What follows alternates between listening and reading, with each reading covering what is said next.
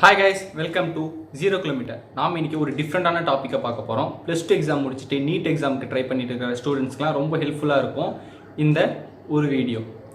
எதை பற்றி பார்க்க போகிறோன்னா எலிங்கிராம் டயக்ராம். இது ரொம்ப இம்பார்ட்டண்டான ஒரு டாபிக். இது கன்ஃபார்மாக நீட் எக்ஸாமில் கேட்பாங்க, வருஷம் கேட்குற கொஷின் தான். இது நீங்கள் மற்ற வீடியோஸ் யூடியூப்லலாம் சர்ச் பண்ணி பார்த்தீங்கன்னா 1 hour 1.5 hour தான் மினிமமாகவே இருக்கும் லென்த்து வீடியோவோட. ஆனால் எனக்கு தெரிஞ்ச ஒரு ப்ரொஃபஸர் கெமிஸ்ட்ரியில் பிஹெச்டி பண்ணவர், அவரை கூட்டு இந்த சம்மை சால்வ் பண்ண வச்சுருக்கேன். கீ பாயிண்ட்ஸ்லாம் வச்சு, ஹிண்ட் பாயிண்ட்ஸ் இதெல்லாம் வச்சு அவர் 23 நிமிஷத்தில் சால்வ் பண்ணியிருக்காரு. ரொம்ப ஈஸியாக நீங்கள் இந்த கொஷின் கேட்டாங்கன்னா மார்க் ஸ்கோர் பண்ணலாம். எப்படின்னு சொல்லி பார்க்கலாமா? வீடியோக்குள்ளே போகலாம் வாங்க.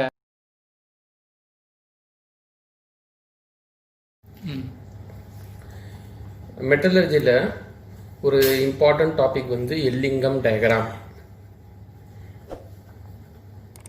எல்லிங்கம் டயக்ராம் இது மெட்டலர்ஜியில் வருது. எல்லிங்கம் டயக்ராம்னா என்ன, அதோட பயன்கள், அதாவது what is Ellingham diagram, Ellingham diagram and its applications, அதோட அப்ளிகேஷன்கள் என்ன, பயன்கள் என்ன என்பதை இந்த வீடியோவில் பார்க்கலாம். ஸோ எல்லிங்கம் டயக்ராம் மெட்டல் ஆக்சைடாக மாற்றுற ரியாக்ஷன் இருக்கு இல்லையா, அதில் ΔG0க்கும் டெம்பரேச்சருக்கும் உள்ள பிளாட். ஸோ நம்ம இது relationship between ΔG0 and temperature, அது ஒரு டயக்ராமாக கொடுத்துருக்குறாங்க. இந்த மெட்டலர்ஜியில் ஸ்மெல்டிங்னு ஒரு ப்ராசஸ் இருக்கு. இதெல்லாம் நமக்கு ஏற்கனவே தெரிஞ்ச ஒரு ப்ராசஸ் தான். இது மெட்டல் ஆக்சைடை மெட்டலாக ரெடியூஸ் பண்ணக்கூடிய ப்ராசஸ். ஸோ ஸ்மெல்டிங்னாலே reduction of metal oxide to metal by melting. So melting பண்ணுறோம், மெல்டிங்னாலே ஹை டெம்பரேச்சருக்கு ஹீட் பண்ணுறோம். ஸோ ஹீட் பண்ணோம்னா மெட்டல் ஆக்சைடு மெட்டலாக மாறுது. சில மெட்டல் ஆக்சைட்ஸ் என்ன ஆகும், ஈஸியாக ரெடியூஸ் ஆகிடும். Some metal oxides will be easily reduced. ஆனா பல டிஃபிகல்ட், சீக்கிரமா என்ன ஆகாது, ரெடியூஸ் ஆகாது. But many are difficult to reduce. அப்போ இந்த டிஃபிகல்ட்டா இருக்கக்கூடியது, ரெடக்ஷனுக்கு ரொம்ப டிஃபிகல்ட்டா இருக்கக்கூடிய மெட்டல் ஆக்சைட்ஸுக்கு நம்ம எப்படி ரெடியூஸ் பண்ணுவோம்னா, நம்ம 2 விஷயங்களை கையாளுவோம். ஒன்று ரெடியூசிங் ஏஜென்ட்டை யூஸ் பண்ணுவோம் ஆஸ் எ கேட்டலிஸ்ட். ரெடியூசிங் ஏஜென்ட்டை பயன்படுத்துவோம். ரெண்டாவது ஹீட் பண்ணுவோம். ஹை டெம்பரேச்சரில் இந்த ரியாக்ஷனை கேரி அவுட் பண்ணுவோம். ஸோ ஒன்று ஹீட்டிங், இன்னொன்று ரெடியூசிங் ஏஜென்ட்டை பயன்படுத்துறது. என்னென்ன ரெடியூசிங் ஏஜென்ட் பயன்படுத்துகிறாங்க அப்படின்னு பார்த்தோம்னா, கார்பன் மோனாக்சைடு இல்லை ஏதாவது ஒரு மெட்டல், இதெல்லாம் நம்ம ரெடியூசிங் ஏஜென்ட்டாக பயன்படுத்தலாம். ஸோ இப்போ ஹீட்டிங் அப்படின்னு சொன்னாலே எண்டோதெர்மிக் ப்ராசஸ். எண்டோதெர்மிக்னா என்ன அர்த்தம்? எண்டோதெர்மிக்னு சொன்னா heat is taken by the system. Heat சிஸ்டத்துக்கு உள்ள போகுது, அந்த ரியாக்ஷன் ஹீட்டை வாங்குதுன்னு அர்த்தம். அப்போ எண்டோதெர்மிக் ப்ராசஸா இருந்தாலே ஸ்டாண்டர்ட் என்தால்பி சேஞ்ச் ΔH0 எப்பவுமே பாசிட்டிவா தான் இருக்கும். ஸோ இங்கே ΔH0 இஸ் ஆல்வேஸ் பாசிட்டிவ். அப்போ தெர்மோடைனமிக்ஸ்ல ஒரு ஈக்குவேஷன் இருக்கு. இன் thermodynamics ΔG0 is equal to ΔH0 minus T delta S0. இப்போ இந்த ஈக்குவேஷன்ல எல்லாருமே தெரிஞ்ச ஒன்று தான். இது கிப்ஸ் ஃப்ரீ எனர்ஜி அப்படின்னு சொல்லுவாங்க.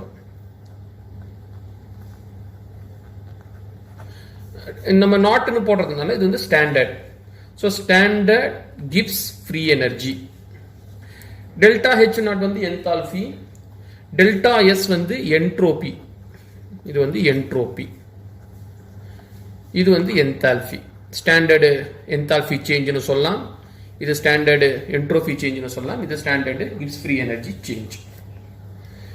இப்போ ரிடக்ஷன் அப்படின்னு பார்த்தோம்னா டெல்டா ஹெச் எப்பவுமே பாசிட்டிவ், இங்க சொல்லியாச்சு.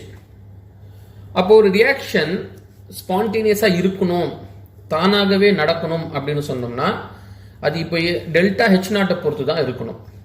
ஸோ டெல்டா ஹெச் நாட் தான் என்ன பண்ணும்னா அந்த ரியாக்ஷன் ஸ்பான்டேனியஸா இல்லையான்றதை டிசைட் பண்ணும். டிசைட் வெதர் த ரிடக்ஷன்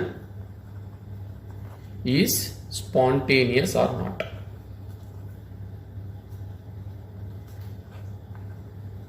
சரியா? ஸோ நமக்கு ஏற்கனவே தெரியும் delta G naught if it is negative, delta G naught நெகட்டிவா இருந்ததுன்னா அந்த ரியாக்ஷன் வந்து ஸ்பான்டேனியஸ். அதே டெல்டா ஜி நாட் பாசிட்டிவா இருந்துச்சுன்னா நான் ஸ்பான்டேனியஸ். ஸோ நான் ஸ்பான்டேனியஸ் அப்படின்னு சொன்னோம்னா அந்த ரியாக்ஷன் ஃபேவரபிள் இல்லை, ஃபீஸிபிள் இல்லை, நடக்காது அப்படின்னு சொல்லுவாங்க. டெல்டா ஜி நாட் ஜீரோ அப்படின்னு இருந்துச்சுன்னா அந்த ரியாக்ஷன் வந்து ஈக்லிபிரியம், அதாவது சமநிலையில இருக்கும். ரியாக்டன்ட்டும் ஃபுல்லா நமக்கு கிடைக்காது, ப்ராடக்ட்டும் இல்லாம ரெண்டுத்துக்கு நடுவில் சமநிலையில இருக்கும். அப்போ இந்த ரெடியூசிங் ஏஜென்டோடைய வேலை, நம்ம ரெடியூசிங் ஏஜென்ட்டை ஆர்ஏன்னு டினோட் பண்றோம். ஸோ இந்த ரெடியூசிங் ஏஜென்டோடைய ஒர்க் என்னன்னு பார்த்தோம்னா டெல்டா ஜி நாட்டை நெகட்டிவாக மாற்றும். ஸோ டெல்டா ஜி நாட்டை நெகட்டிவா மாத்துறதுக்கு ரெடியூசிங் ஏஜென்ட் பயன்படுது.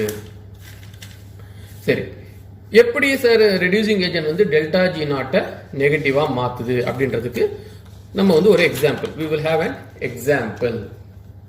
So example,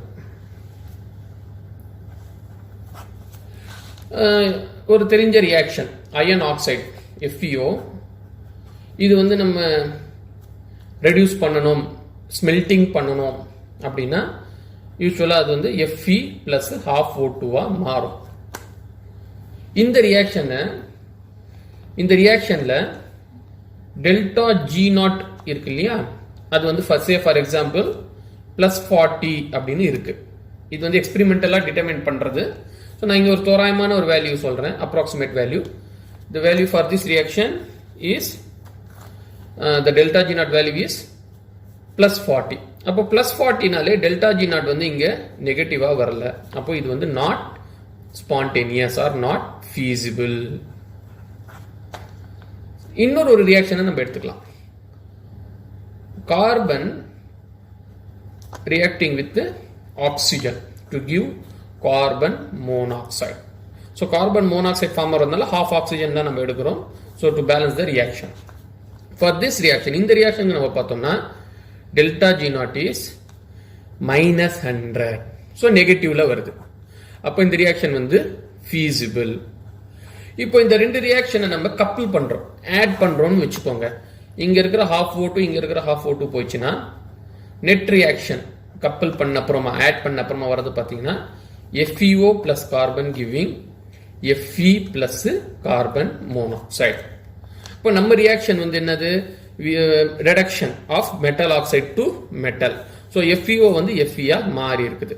For that we have used a reducing agent. Say இங்க கார்பனை நம்ம யூஸ் பண்ணோம்னா நமக்கு வந்து carbon will become carbon monoxide. இப்போ இந்த ரியாக்ஷனுடைய டெல்டா ஜி நாட் அப்படின்னு பார்த்தோம்னா நம்ம ரெண்டு ரியாக்ஷன் ஆட் பண்ணிக்கிறதுனால டெல்டா ஜி நாட் வேல்யூவை மார்க் பண்றோம். 40 பிளஸ் -100 இஸ் ஈக்குவல் டு -60ல வருது. அப்போ இங்க டெல்டா ஜி வந்து negative. That means the reaction is feasible. அப்போ நாட் feasible இருக்கக்கூடிய ஒரு reduction reaction we are coupling with this other reaction and we are making it feasible. So this is what is used in the metallurgy. So இந்த இண்டஸ்ட்ரீஸ்ல வந்து இந்த மாதிரி தான் ஒரு feasible இல்லாத ரியாக்ஷனை feasible ஆக மாத்துறாங்க. அப்போ நம்ம சொல்லலாம், என்ன சொல்லலாம்னா carbon is used to remove oxygen from iron. So iron oxide, oxygen from iron oxide. So iron oxide ல இருந்து oxygen கார்பன் வந்து ரிமூவ் பண்ணுது. So reducing agent ஆக behave பண்ணுது. இப்போ எது வந்து ஒரு நல்ல reducing agent செலக்ட் பண்ணணும் அப்படின்றது வந்து நம்ம எல்லிங்கம் டயக்ராம் மூலமாக தெரிஞ்சுக்கலாம். ஸோ என்னென்ன எல்லிங்கம் டயக்ராம்னால என்ன, அதுல என்ன இருக்குது, அதோடைய சாராம்சம் என்ன அப்படின்னு பார்த்தோம்னா features. What are the features of Ellingham diagram?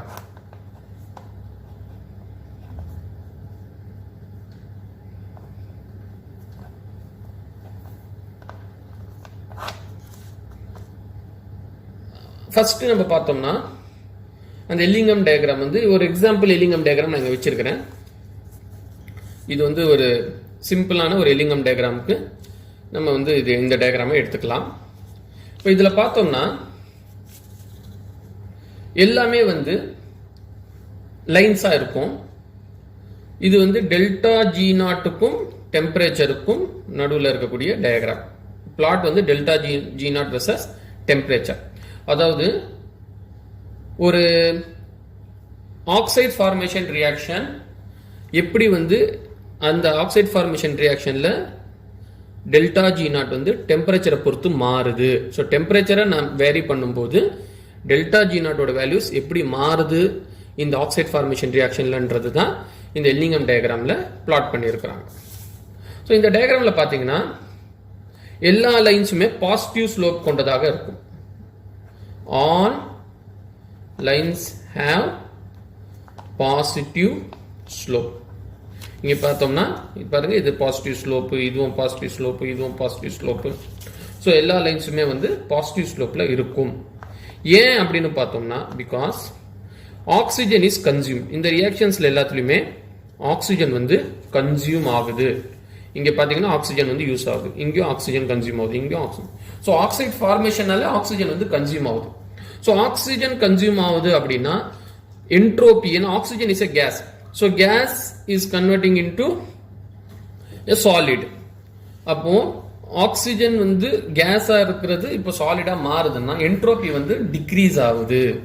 So முதல்ல வந்து அலுமினியம் தனியா இருந்துச்சு, ஆக்சிஜன் தனியா இருந்துச்சு. இப்போ இது ரெண்டும் சேர்ந்து அலுமினியம் ஆக்சைடா மாறிடுச்சு, இங்க குப்ரிக் ஆக்சைடா மாறிடுச்சு. ஸோ இப்படி மாறும் போது நமக்கு வந்து என்ட்ரோபி வந்து குறையுது. So oxygen is consumed, therefore delta S is decreasing. So delta S is decreasing னு சொன்னா delta S வந்து நெகட்டிவாக மாறுது. So when there is a decrease in delta S, T delta S value இருக்கு இல்லையா, அது வந்து it is becoming positive. So T delta S வந்து பாசிட்டிவா மாறும். அப்போ எல்லிங்கம் டயக்ராம்ல எல்லா லைன்ஸுமே பாசிட்டிவ் ஸ்லோப் கொண்டதாக இருக்கும். செகண்ட் ஃபியூச்சர் அப்படின்னு பார்த்தோம்னா டெம்பரேச்சரை இன்க்ரீஸ் பண்ணா, I am increasing the temperature. As the temperature increases,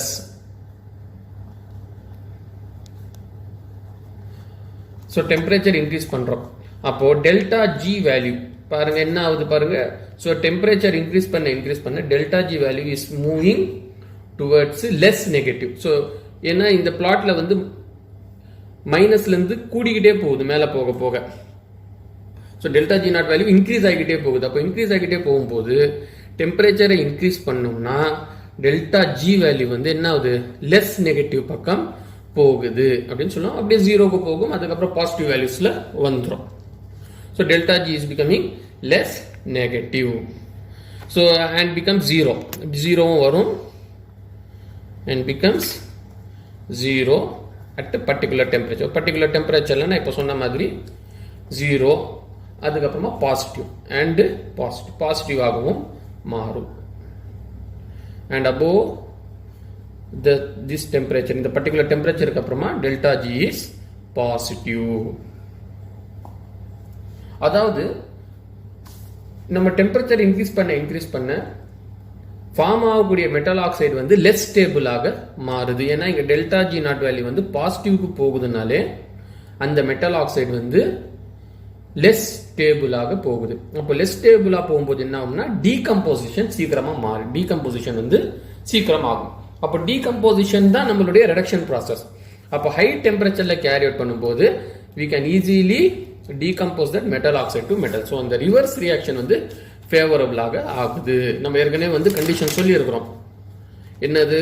one வந்து ரெடியூசிங் ஏஜென்ட்டை பயன்படுத்திட்டு இன்னும் ஹீட்டிங். ஸோ ஹீட்டிங் உடைய பயன் என்ன அப்படின்னு பார்த்தோம்னா, ஹை டெம்பரேச்சருக்கு போகும்போது என்ன ஆகுதுன்னா, metal oxide is becoming less stable, so decomposition is favorable. So decomposition favorable நடக்கும்போது we are getting the metal easily in that smelting process. சரி,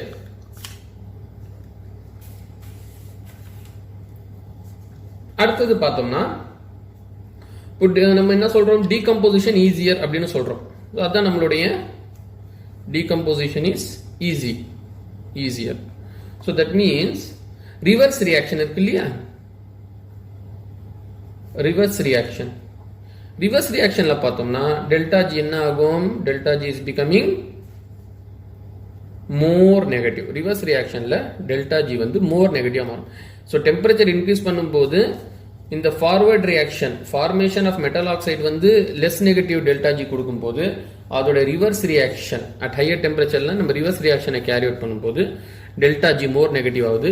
so again delta G more நெகட்டிவ்னால அந்த ரியாக்ஷன் ஸ்பான்டேனியஸாக நடக்குது அப்படின்றத நம்ம தெரிஞ்சுக்கலாம். மூணாவது ஒரு ஃபியூச்சர் என்னன்னு பார்த்தோம்னா, எல்லா பிளாட்டுமே ஸ்ட்ரெயிட் லைன் தான். இப்போ நம்ம இங்க பார்க்குற எல்லா பிளாட்டுமே ஸ்ட்ரெயிட் லைனா இருக்குது. ஆனா சிலதுல பாத்தீங்கன்னா இந்த ஸ்லோப் இருக்கு இல்லையா, சடன் சேஞ்ச் ஆகுது. So in some plot, in some lines there is a sudden change in slope. இதை வந்து நம்ம இங்க பார்க்கலாம். Zinc plus oxygen giving zinc ஆக்சைடுல பாத்தீங்கன்னா சடனா வந்து ஸ்லோப் வந்து சேஞ்ச் ஆகுது. இது என்ன, இந்த மாதிரி சடன் சேஞ்ச் வந்தா என்னன்னு பார்த்தோம்னா, this is due to phase transition. So இங்க பார்த்தோம்னா phase transition நடக்குது. ஸோ phase transition என்ன, சாலிட் வந்து லிக்விடா மாறலாம் அல்லது லிக்விட் வந்து கேஸாக மாறலாம். அப்படி மாறும்போது there is a sudden change in the slope. So சாலிட்ல இருந்து லிக்விடா மாறுறது நம்ம ஏற்கனவே தெரியும், அது வந்து மெல்டிங் பாயிண்ட்னு சொல்லலாம். லிக்விட் வந்து கேஸா மாறுறது வந்து பாயிலிங் பாயிண்டாக சொல்லலாம். ஸோ இது வந்து ஒரு மெல்டிங் பாயிண்டா இருக்கலாம் அல்லது ஒரு பாயிலிங் பாயிண்டா இருக்கலாம், depending upon the reaction. So இன்னொன்று பார்த்தோம்னா,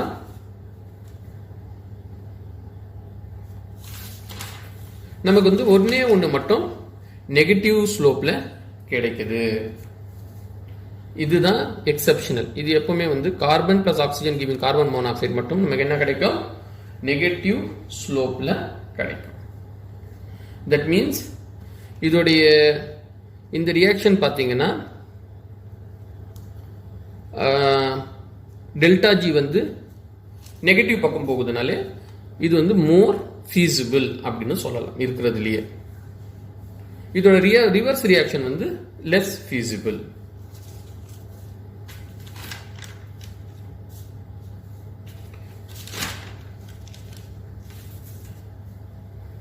சரி, இப்போ நம்ம பேசிக்கான ஒரு எலிமெண்ட் டயக்ராம பார்த்துட்டோம். இதுல இருக்கிற பாயிண்ட்ஸும் வந்து நான் வந்து உங்களுக்கு எக்ஸ்பிளைன் பண்ணிட்டேன். நம்ம ஒரு ரீகேப் மாதிரி பார்த்துக்கலாம். ஸோ இதுல வந்து மோஸ்ட் ஆஃப் த லைன்ஸ் வந்து பாசிட்டிவ் ஸ்லோப்ல இருக்குது. ஸோ இதெல்லாம் வந்து பார்த்தீங்கன்னா பாசிட்டிவ் ஸ்லோப். அப்புறம் பார்த்தீங்கன்னா டெம்பரேச்சர் இன்க்ரீஸ் ஆகும் போது டெல்டா ஜி வந்து லெஸ் நெகட்டிவாக மாறுது. அபோவ் திஸ் டெம்பரேச்சர் இன்னும் இன்க்ரீஸ் பண்ணும்போது டெல்டா ஜி வந்து 0, அதுக்கப்புறமா வந்து பாசிட்டிவ் டெல்டா ஜி வேல்யூ கிடைச்சிரும். அப்புறம் இங்கே வந்து ஃபேஸ் டிரான்சிஷன் கிடைக்குது. இது வந்து ஃபேஸ் டிரான்சிஷன்.